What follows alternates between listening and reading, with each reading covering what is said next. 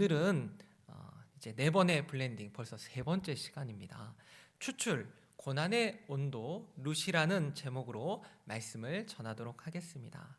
자, 오늘도 커피 드셨습니까? 예, 맛이 어떻던가요? 네, 어, 초코 맛이 나던가요? 네, 오늘은 브라질 비날 시리즈 초코를 제가 내려보았습니다.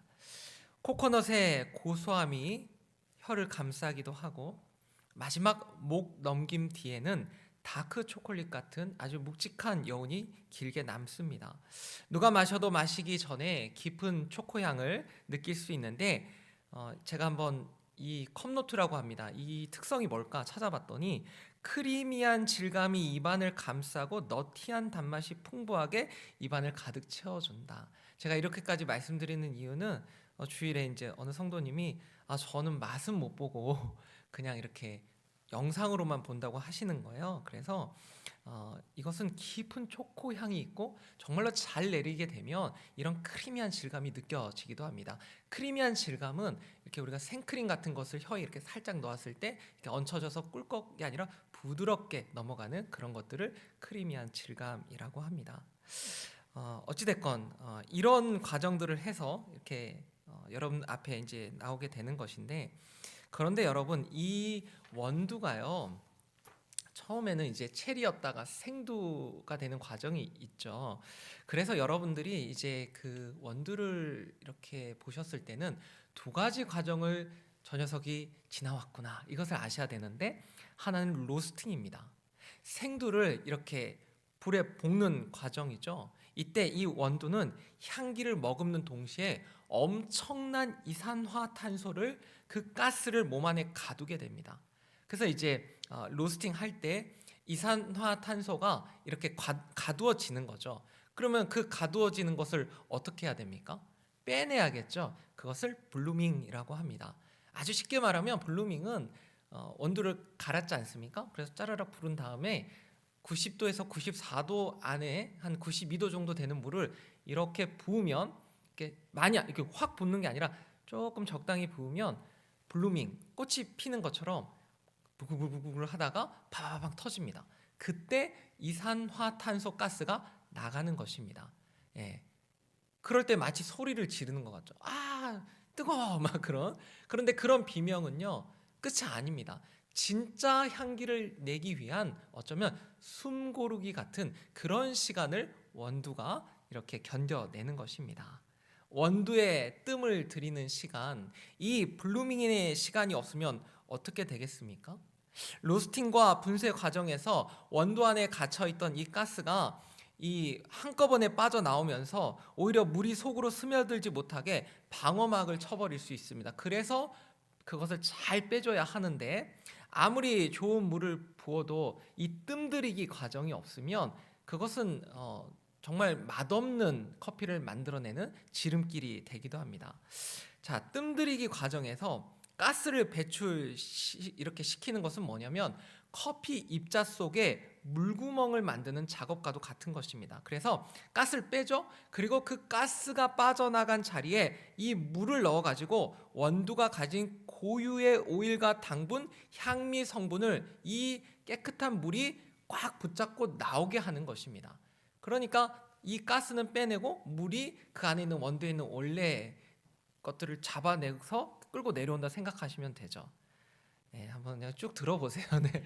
그러니까 이 블룸이라는 이 뜸들이기 과정 자체가 어떤 파괴의 과정이 아니라는 것입니다. 이렇게 막 뜨거운 물을 붓는 것이 야 괴롭지 마 이렇게 괴롭히려는 것이 아니라, 그 과정을 통해서 먼저 가스는 비워내고 맛있는 성분들을 이 물이 추출해내기 위한 그런 과정이 있다라는 것이죠.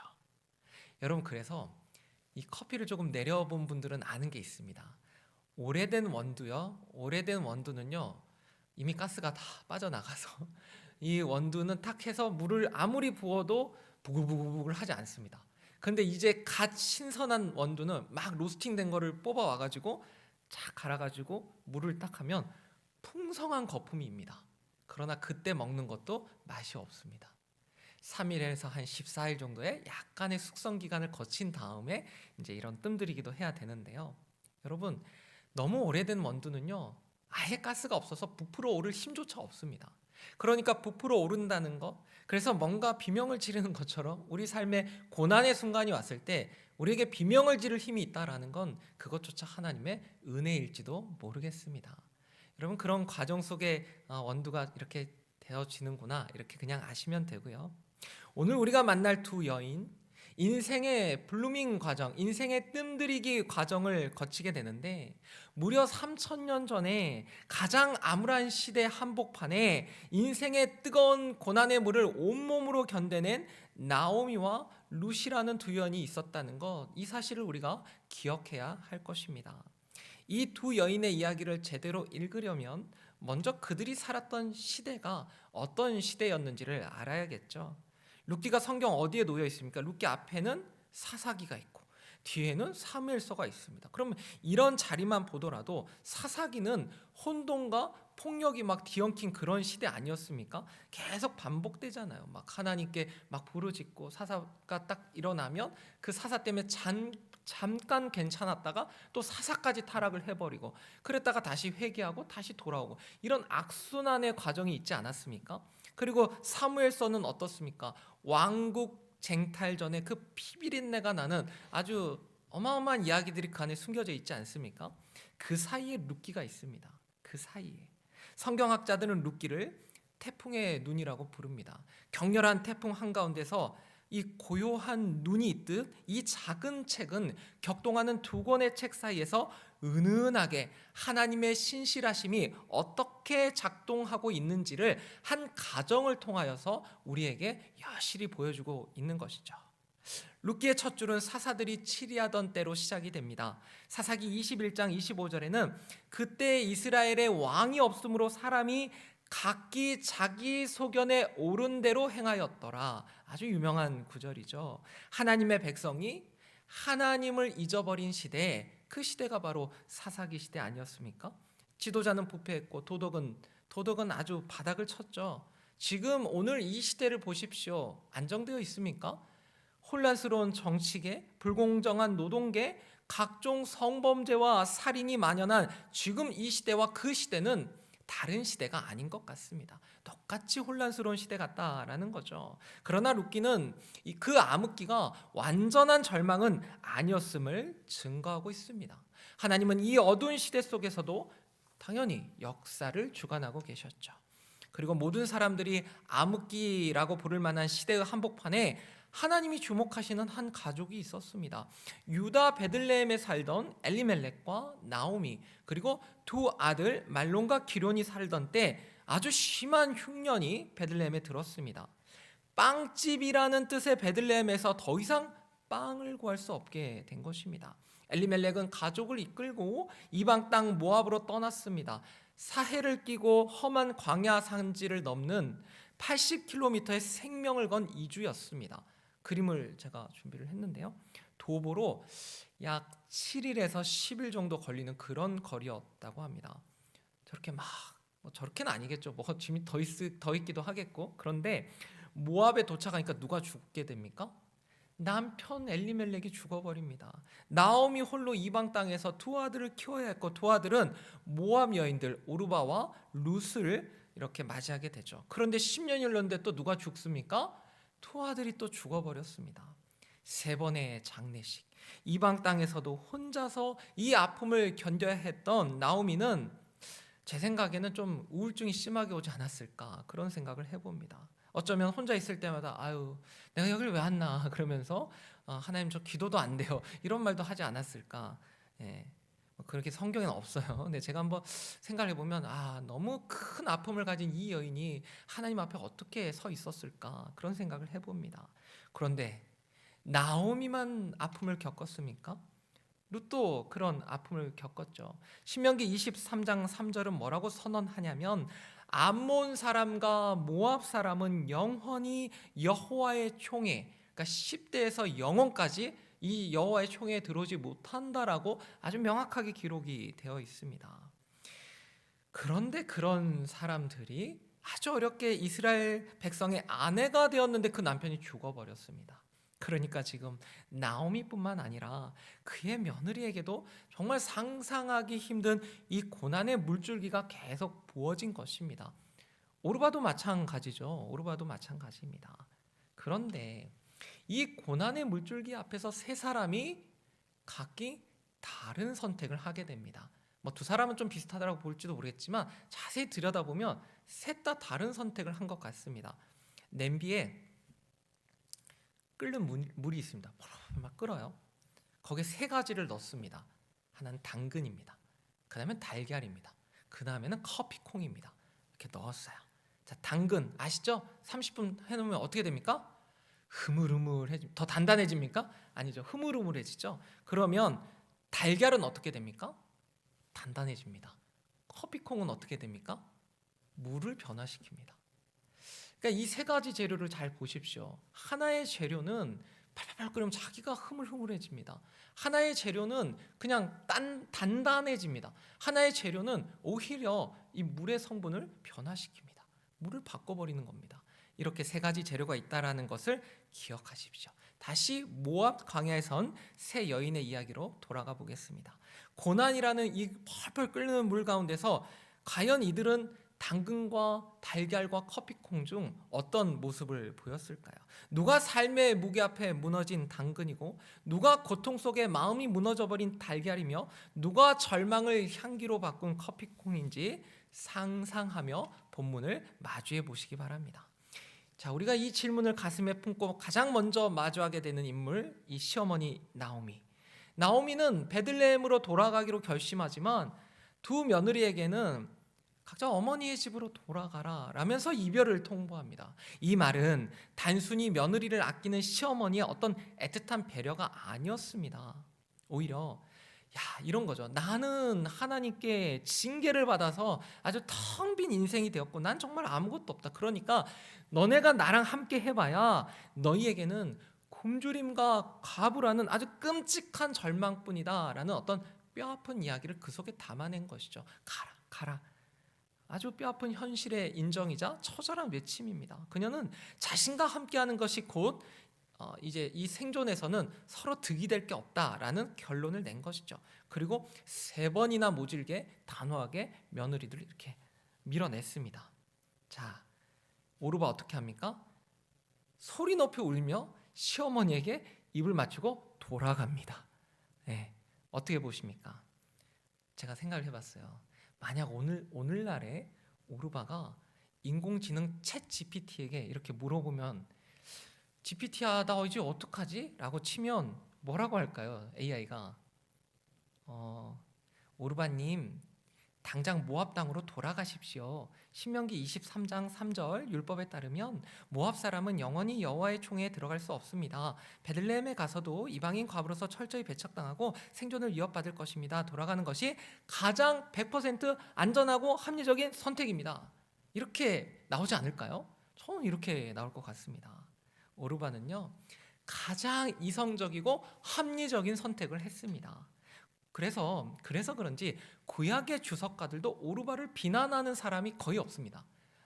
그녀는 지극히 정상적이고 당연한 선택을 했다라고 많은 성경학자들이 이야기를 합니다. 그러나 이것이 또 우리의 뼈아픈 현실과도 맞닿아 있는 것 같습니다. 어쩌면 지금 이 순간에도 수많은 현대판 오르바들이 데이터와 합리성, 안전함이라는 이 기준을 최상의 선택이라 믿으며 십자가의 고난을 요리조리 피해서 평탄한 길로 걸어가고 있는지도 모르겠습니다. 성경은 합리적인 선택의 결론을 이렇게 묘사합니다. 룻기 1장 15절에 나오미가 또 이르되 보라 내 동서는 그의 백성과 그의 신들에게로 돌아가나니 그의 신들에게로 돌아갔다. 가장 안전해 보였고 합리적으로 보였던 이 선택이 결국은 세상을 나름대로 다스린다고 생각하는 많은 사람들이 그렇게 생각하죠. 그런 우상에게로 돌아가는 길이었습니다. 우상에게로 돌아가는 길을 합리적인 것이라고 생각하고 간 것이죠. 룻은 돌아서지 않았죠. 16절에 보시면 룻이 이르되 내게 어머니를 떠나며 어머니를 따르지 말고 돌아가라 강권하지 마옵소서. 어머니께서 가시는 곳에 나도 가고 어머니께서 머무시는 곳에서 나도 머물겠나이다. 어머니의 백성이 나의 백성이 되고 어머니의 하나님이 나의 하나님이 되시리니. 17절에 어머니께서 죽으시는 곳에서 나도 죽어 거기 묻힐 것이라. 만일 내가 죽는 일 외에 어머니를 떠나며 여호와께서 내게 벌을 내리시고 더 내리시기를 원하나이다 하는지라. 제가 이 구절을 이렇게 어느 학자가 이렇게 막 이렇게 풀어놓은 걸 보니까 이렇게 돼 있더라고요. 어머니께서 가시는 곳에 나도 가고 어머니께서 머무시는 곳에서 나도 머물겠나이다. 어머니께서 죽으시는 곳에서 나도 죽어 거기 묻힐 것이라. 가시는 곳, 머무시는 곳, 죽으시는 곳, 거기에 내가 다 있겠다. 그리고 결국에 하는 얘기가 어머니의 백성이 나의 백성이 되고 어머니의 하나님이 나의 하나님이 되시리니. 이런 고백을 하게 됩니다. 그러니까 낭만적인 어떤 고부간의 사랑 이야기로 읽으면 안 된다는 것입니다. 룻기는요, 아주 정말 치열하게 이 고난 가운데서 하나님을 향한 어떤 희망적인 말을 하는 이방 여인의 외침이 있었다라는 것이죠. 이것을 우리가 기억해야 할 것입니다. 그러니까 그저 감정적인 이야기를 한 것이 아닙니다. 모압의 신 그모스를 버리고 이스라엘의 하나님 여호와를 택한 룻의 아주 그 신앙적인 결단이 이 안에 들어가 있는 것이죠. 그러니까 룻은 시어머니의 관계 속에서 먼저 이 선택을 하기 전에 신앙적으로 하나님을 만난 경험이 분명히 있었다라는 것입니다. 아니 도대체 이방 여인 룻에게 어떤 일이 있었기에 이런 신앙 고백이 가능했을까요? 성경은 그들이 모압에서 함께 10년쯤 거주했다고 하는데, 룻은 말론과 결혼하여 10년이라는 세월 동안 뼈아픈 흉년과 죽음의 고통을 통과하면서 그 고난 속에서 생사화복을 주관하시는 여호와 하나님이 어떤 분이신지를 삶으로 배워갔던 것입니다. 가장 절망적인 10년의 시간이 룻을 위대한 믿음의 여인으로 빚어내는 하나님의 신앙 수업 시간이었던 셈이죠. 고향학자 트리블은 말합니다. 아브라함은 하나님의 계시를 받고 고향을 떠났다. 그러나 룻에게는 그 음성조차 없었다. 실제로는 룻이 아브라함보다 더 큰 모험을 하고 있는 것이다. 이렇게 이야기를 할 정도였죠. 룻은 자신의 주변에 있던 어떤 데이터들이 있지 않았겠습니까? 오늘날로 보면 눈에 보이는 것들이 있죠. 근데 그런 것들을 과감히 버렸습니다. 그리고 하나님과의 인격적인 데이트를 선택했습니다. 계산기를 두드리는 삶을 멈추고 하나님의 심장 소리를 듣기로 결단했을 때 비로소 그녀의 삶은 구속사의 위대한 드라마가 되었습니다. 현실을 바라보면 우리는 늘 데이터를 보게 됩니다. 어떤 수치에 우리는 압도당하기도 합니다. 제가 예전에 만났던 어느 성도님은 주식에 관련된 일을 하다가 업종을 바꾸셨는데도 사무실에서 그 주식을 포기하지를 못하시는 거예요. 그래서 컴퓨터 모니터를 2대를 놓고 계속 눈이 빠지게 이렇게 보시다가, 그러다가 이제 그럼 밥을 먹으러 저랑 같이 가면 그 식당 자리에서도 핸드폰으로 보는 거예요. 계속 그래프를 보는 것입니다. 그래프에서 눈을 떼지를 못하시더라고요. 저랑 이야기할 때도 이걸 보고 있는 거예요. 굉장히 기분이 나빴습니다. 저는 함께 이야기를 하고 싶은데 그 성도님은 계속 막 데이터만 보기 시작했다라는 거죠. 우리 가운데도 그런 분이 있을지도 모르겠습니다. 세상의 어떤 데이터 아니면 하나님이 아닌 다른 어떤 것으로 우리의 시간을 채우고 있다면 어느 순간에는 그것을 꺼버리거나 멈추고 하나님과의 데이트를 우리는 결단해야 할 것입니다. 자, 그들이 막 이제 문제가 생겨가지고 모압에서 베들레헴으로 도착했을 때 여전히 가진 게 없었습니다. 그들은 빈털터리였습니다. 나오미와 룻이 베들레헴에 도착했을 때 온 동네가 가만히 있지 않았습니다. 온 동네가 막 떠들썩했습니다. 나오미가 돌아왔다라는 거죠. 10년 만에 돌아온 나오미를 보고 베들레헴의 그 온 성읍이 발칵 뒤집혔는데 아마 이랬겠죠. 아니 이 사람이 정말 그 나오미란 말인가? 과거의 어떤 풍요로웠던 모습은 온데간데 없다라는 거죠. 제가 마침 이제 그 친구들께 오기 전에 룻기를 굉장히 많이 이제 여러 자료들을 봤는데 부자였을 거라는 거예요. 그렇게 이주를 할 정도면 그래도 기본 뭔가 있었기 때문에 엘리멜렉이 그런 부요함을 가지고 여기를 떠나버린 것이 아닌가 하는 그런 많은 이제 해석들이 있습니다. 어찌됐건 뭔가를 가져갔건 어찌됐건 엘리멜렉은 죽어버렸잖아요. 그리고 그 이후에 10년 동안 재산이 있었던들 다 탕진했겠죠. 그리고 빈털터리가 돼서 그래서 왔는데 사람들은 막 그때의 나오미를 생각했다가 지금 깜짝 놀란 것입니다. 남편도 죽고 두 아들도 죽고 막 뭐라 했겠죠. 나오미가 그들에게 하는 말입니다. 나를 나오미라 부르지 말고 나를 마라라 부르라. 이는 전능자가 나를 쉼이 괴롭게 하셨음이니라. 나오미는 기쁨이라는 뜻이죠. 그런데 마라는 쓴맛이라는 뜻이죠. 야, 나는 이제 기쁨이 아니다. 나는 이제 쓰다 써. 내 인생이 정말 쓰다. 나 이제 쓰다고 불러줘. 나는 그냥 쓴맛이야. 뭐 이렇게 얘기를 한 것인데, 여러분 이것이 신앙을 잃어버린 자의 절망입니까? 시편 22편의 다윗의 기도, 내 하나님이여 내 하나님이여 어찌 나를 버리셨나이까. 이것은 신앙 없는 절망의 소리는 아닌 것 같습니다. 내 삶의 주권이 여전히 하나님께 있음을 믿기 때문에 하나님과의 살아있는 그 관계 속에서 쏟아낼 수 있는 처절하고 정직한 기도입니다. 그리고 이 처절한 탄식은 훗날 골고다 언덕에서 예수 그리스도의 입술을 통해서 다시 한번 울려 퍼집니다. 예수님도 십자가에서 시편을 인용하시면서 나의 하나님 어찌하여 나를 버리셨나이까.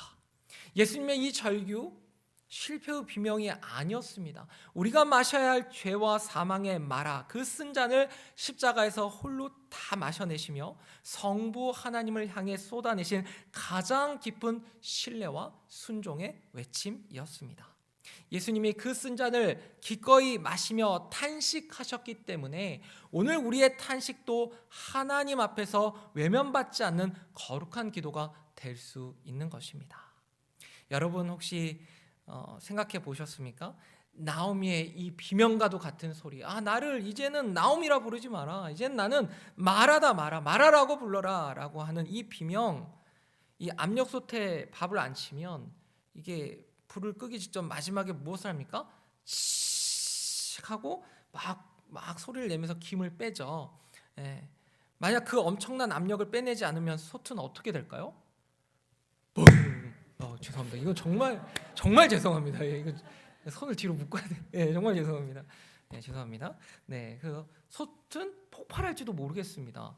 여러분, 나오미의 마라라는 이 비명은 고난의 맹렬한 불길 속에서 터지기 직전이었던 그녀의 영혼이 하나님 앞에서 안전하게 압력을 빼내는 소리였습니다. 바리스타들이 마시는 한 잔의 그 커피를 추출할 때도 마찬가지입니다. 신선한 원두에 뜨거운 물을 처음 이렇게 막 부으면, 적당하게 부으면 원두가 품고 있던 이산화탄소가 와 하진 않지만 빠끔 어떨 땐 굉장히 신선한 원두는 막 이렇게 하면서 막 가스를 배출을 합니다. 그래서 이것을 블루밍이라고 하는데, 이 가스를 밖으로 빼내지 않으면 아까도 말씀드렸지만 물이 스며들지 못해서 아주 떫고 밍밍한 커피가 되고 맙니다. 속에 맺힌 그 가스를 뱉어내야 비로소 깊고 풍성한 진짜 커피의 향과 맛있는 맛이 추출되는 것입니다. 나오미의 마라로 불러라 라는 이 비명의 소리는 밥솥에 김이 빠지는 소리였고 원두에서 쓴 가스가 빠져나오는 영적 블루밍의 소리였습니다. 내 영혼의 진짜 맛과 향을 내기 위해 맺힌 것을 토해내는 거룩한 파열음이었던 것입니다. 파열음 아시죠? 이렇게 막고 있다 팍 할 때 이걸 파열음이라고 하죠. 심리학에 외상후 성장이라는 개념이 있다고 합니다. 외상후 성장 뭐냐면 산산조각 나는 고통을 겪은 후에, 그러면 그 사람들이 산산조각 나는 고통을 겪었으면 아예 무너질 것 같은데 그렇지 않다라는 거예요. 오히려 산산조각 나는 어떤 고통을 겪은 후에 삶의 우선순위를 재조정하고 타인에 대한 깊은 공감 능력을 얻으며 영적으로 더욱 단단하게 성장하는 그런 현상을 외상후 성장이라고 한다고 합니다. 그러니까 나오미의 마라 선언은 그 출발점이었습니다. 고난의 가스를 참지 않고 하나님 앞에 다 토해낸 나오미의 이 마라 선언은 영원한 무너짐이 아니라 바로 이 영적 외상 후 성장이 시작되는 위대한 출발점이었던 것입니다. 이 거룩한 블루밍이 있었기 때문에 그녀의 텅 빈 인생 속에 하나님의 은혜가 스며들 공간이 생긴 것입니다. 지금 고난 속에서 소리내어 울고 계십니까? 하나님을 향해 원망 섞인 탄식을 때로는 토해내고 싶은데 내가 이렇게까지 하면 안 될 것 같은데 하면서 토해내지 못하고 계십니까? 아니면 그렇다가 어느 순간 새벽에 와서 기도하다가 혹은 가정에서 온라인 예배를 드리면서 기도하다가 어느 순간 흐느껴 우셨습니까? 잘하신 것입니다. 그것은 여러분의 믿음이 파선하는 소리가 아닙니다. 가장 깊고 맛있는 은혜의 인생이 지어지고 있는 거룩한 블루밍의 소리입니다. 한 아이가 병원에서 주사를 맞고 아파서 엄청 울었습니다. 제가 며칠 전에 우리 교회 엘리베이터에서 겪은 일이에요. 이 엄마가 이제 막 아이가 안에서 너무 우니까 막 주사를 막 우니까 이제 주변의 사람들 때문에 엘리베이터를 데리고 왔는데 아이가 여전히 우는 거예요. 엘리베이터 그 좁은 공간에 막 울잖아요. 엄마가 뭐라고 합니까? 울지 마. 땡땡이는 착하지. 추파춥스 딸기맛 줄게. 그만 울어. 아이는 막 울고 있는데 울어야 속이 시원한데 부모는 주변의 따가운 시선 때문에 그만 울어 그만 막 이렇게 막 어찌할 줄 몰라다가 막 이 말 저 말 하다가 그게 소리 지르죠. 너 계속 울면 여기 버려두고 갈 거야. 이렇게 막 겁도 주고 때로는 아이가 울고 싶을 때 울 수 있는 환경을 만들어주는 게 부모와 사회의 책임인 거죠. 사실은 공공장소에서 아이가 운다고 해서 눈짓을 줄 게 아니라 사실은 아이고 건강하게 자라고 있구나라고 그중에 어느 어른이든지 누군가가 말할 수 있는 것이 사실은 건강한 사회인 거죠. 그런데 우리 사회는 어떻습니까? 울면 난리가 납니다. 네, 정말 난리가 납니다. 저도 이것을 막 시원하게 말을 못하는 게 저도 경험이 있어요. 어린 시절 제 아이가 울었을 때 더 울어도 돼 이랬을까요? 아니면 너 이렇게 했을까요? 지금 그게 너무 후회가 되더라고요. 어떻게든 아이가 울 수 있는 환경을 만들어주지 못한 그것 때문에 제 마음에 좀 어떤 마음들이 안 좋은 마음들이 있습니다. 어찌됐건 사회뿐만 아니라 정말 우리가 신앙생활을 하면서도 울고 싶은 사람은 울어야 하는 것입니다. 울고 싶은 사람은 어디에선지 울 수 있도록 적어도 교회 안에서는 그런 환경을 만들어주고 있지 않습니까? 새벽에 누가 기도하다가 운다고 해서 담임 목사님 그만 우십시오 이런 적은 없잖아요. 오히려 그 옆에 가서 함께 울어주는 공동체가 바로 우리 친구들 교회 공동체 아닙니까? 여러분 저는 우리 교회 안에 그런 것이 있다고 생각을 하는데 자 나오미가 탄식할 때 룻이 어디에 있었습니까? 옆자리에 그냥 있었습니다. 그런데요 21절에 보시면 내가 풍족하게 나갔더니 여호와께서 내게 비어 돌아오게 하셨느니라. 21절에 1장 21절에 보시면 한번 같이 보실까요? 가까이 있으니까 21절에 한번 같이 읽어보실까요? 1장 21절 시작. 내가 풍족하게 나갔더니 여호와께서 내게 비어 돌아오게 하셨느니라. 여호와께서 나를 징벌 하셨고 전능자가 나를 괴롭게 하셨거늘 너희가 어찌 나를 나옴이라 부르느냐 하니라. 룻이 시어머니를 따라왔는데 나오미는 룻이 버젓이 옆에 서 있는데도 내 인생은 텅 비었다. 내게 남은 것은 아무것도 없다라는 이야기를 했습니다. 여러분 이 이야기가 룻에게 얼마나 서운한 이야기입니까? 자신은 모든 것을 내려놓고 어머니와 함께 그 하나님과 어떻게 하나님을 바라보면서 그 어머니를 따라왔는데 만약 제가 룻이라면 어머니 너무 저 섭섭해요. 저 여기 버젓이 엄마 따라왔는데 빈손이라고 하면 어떡해요? 라고 말할지도 모르겠습니다. 그러나 룻은 아무 이야기도 하지 않습니다. 룻은 침묵을 한다라는 거죠. 오늘 우리 사회의 나오미들을 생각해 보십시오. 통계청에 따르면 노인 고독사와 노인 우울증 수치가 역대 최고치를 기록하고 있다고 합니다. 배우자를 잃고 자녀와 멀어지고 이웃도 없는 곳에서 홀로 삶을 마감하는 분들이 점점 늘어나고 있습니다. 나오미는 현대판 독거 노인이자 사별 가족의 전형적인 모습을 보입니다. 그런데 이방 땅에서 3번의 장례를 치른 나오미를 다시 살린 것은 대단한 기적이 아니었습니다. 룻이라는 한 사람의 동행 때문이었습니다. 룻기 주석가들은 룻을 가리켜서 구약의 선한 사마리아인이라고 부릅니다. 쓰러진 자 곁에 말없이 머문 사람. 아들을 선호하던 시대에 베들레헴 여인들이 룻을 가리켜 7 아들보다 귀한 내 며느리라고 나중에 4장 15절에서 분명히 이야기를 합니다. 막 칭찬을 하거든요.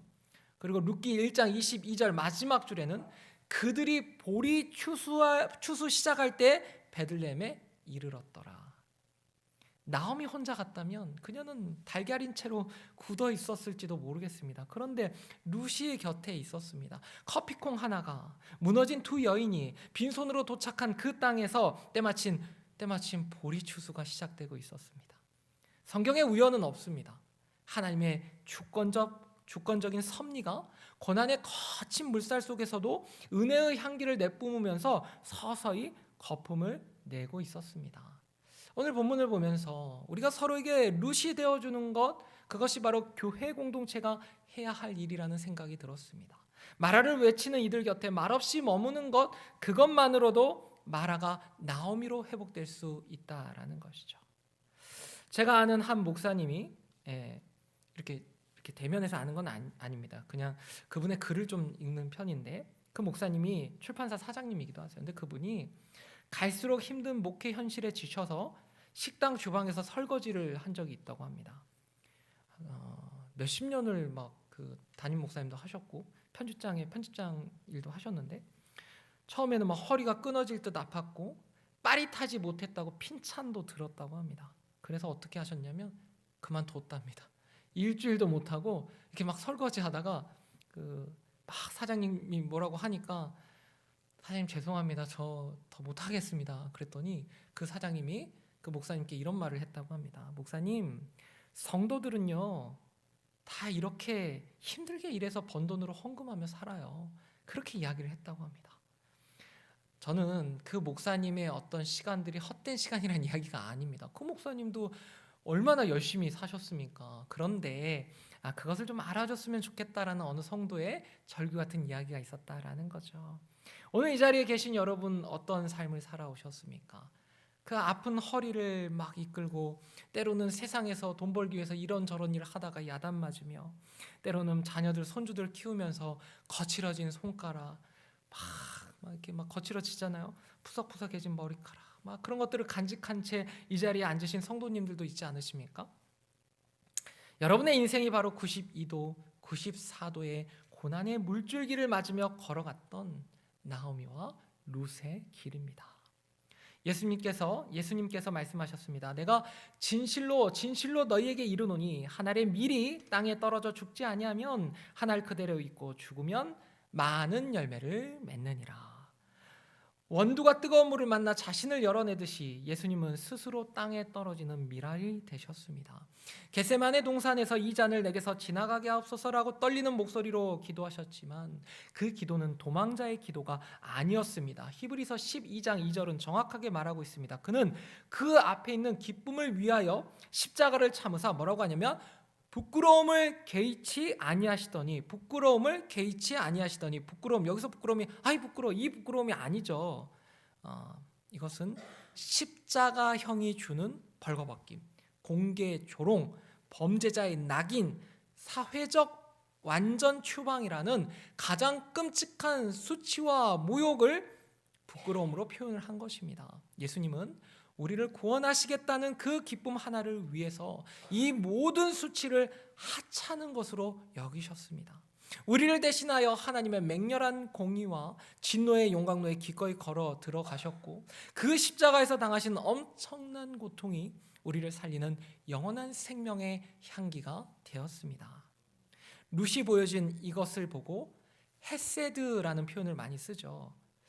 헤세드는 언약을 기억하면서 충성되게 뭔가 하나님의 사랑에 있어서 뭔가를 행하는 것. 그러니까 헤세드는 하나님 우리를 향해서 보여주시는 그런 충성된 어떤 신실하신 사랑일 수도 있지만, 인간 편에서 하나님의 신실하심을 믿고 어떤 일을 하는 것, 그것도 헤세드라고 부를 수 있을 것입니다.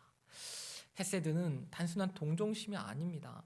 언약을 기초로 한 끝까지 책임지는 신실한 사랑을 바로 헤세드라고 합니다. 이걸 누가 보여줬습니까? 룻이 보여준 것입니다. 룻은 이 헤세드의 마음으로 자발적으로 고통의 자리로 걸어 들어감으로써 시어머니 나오미를 살렸습니다. 제 머리에 계속 떠오르는 말씀이 고린도후서 4장 12절에 그런즉 사망은 우리 안에서 역사하고 생명은 너희 안에서 역사하느니라 라는 십자가의 복음에 관련된 이 말씀이 계속 떠오르더라고요. 누군가 죽으면 누군가 살아나는데 그 누군가가 내가 된다고 했을 때는 많이 놀란다라는 거죠. 하나님, 저는 조금 지금은 아닌 것 같습니다, 이런 얘기를 하지만 우린 다 알고 있죠.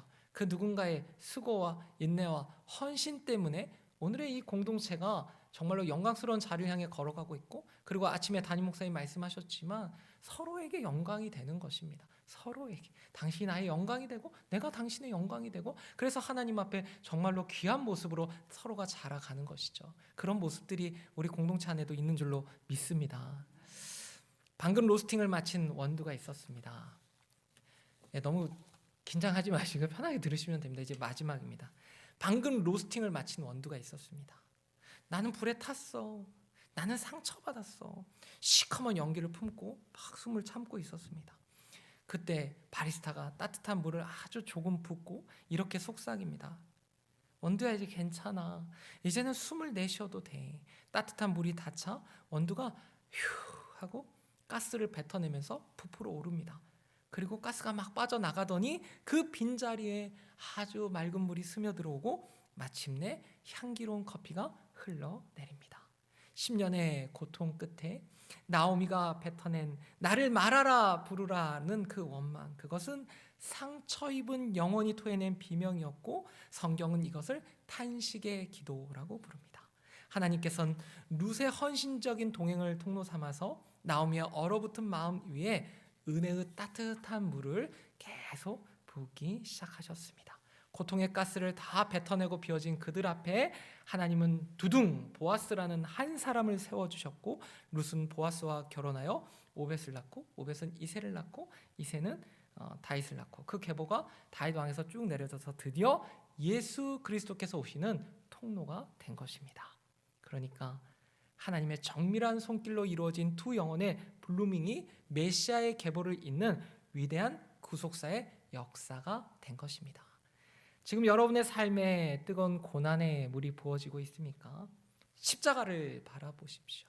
십자가는 죄에 대한 하나님의 단호한 심판이 쏟아진 철저한 공의의 자리임과 동시에 우리를 살리기 위해 예수님이 모든 것을 짊어지고 돌아가시고 그리고 부활하신 끝없는 사랑의 자리입니다. 젊은 시절 눈물 젖은 보리밥 한 그릇도 귀해서 퍽퍽한 고구마와 감자로 끼니를 때웠다라는 저희 아버지의 말씀이 떠올랐는데, 고난의 떡과 환난의 물을 너무도 많이 마시고 살아오신 우리 성도님들, 또 목매는 고구마처럼 서러운 세월을 가슴속에 콕콕 눌러 담아오신 성도님들, 그 모든 분들에게 하나님은 이렇게 말씀하고 계신 것 같습니다. 괜찮다. 이제 내 앞에서 참았던 숨을 내쉬어도 된다.